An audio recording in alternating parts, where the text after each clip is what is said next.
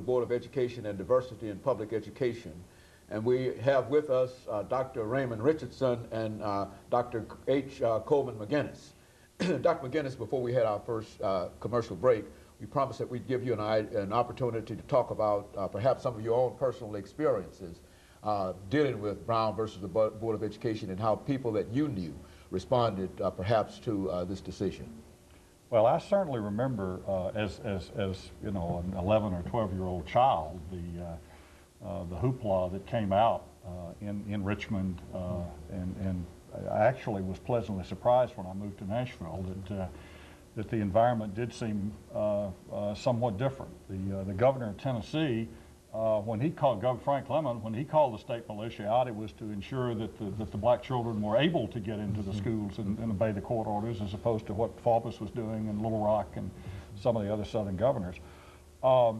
I think the key thing to remember here is that culture change is a very slow thing.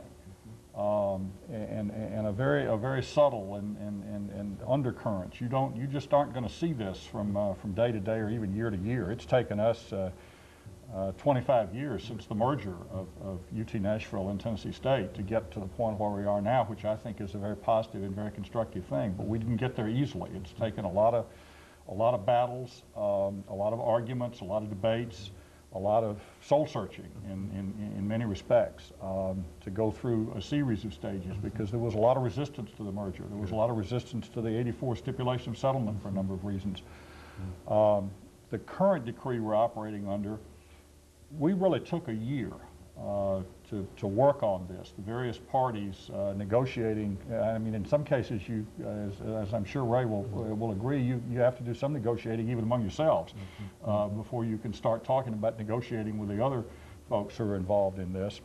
But we had the leadership of the person who's now the monitor in this case, Carlos Gonzalez from Alabama, who helped put this together. And it really was something that most of us thought we could buy into, and then we sort of set out to try and get the campus to buy into it. I mean, the state, by the time this is over with, between the stipulation and this consent decree, we've spent about $200 million on Tennessee State University.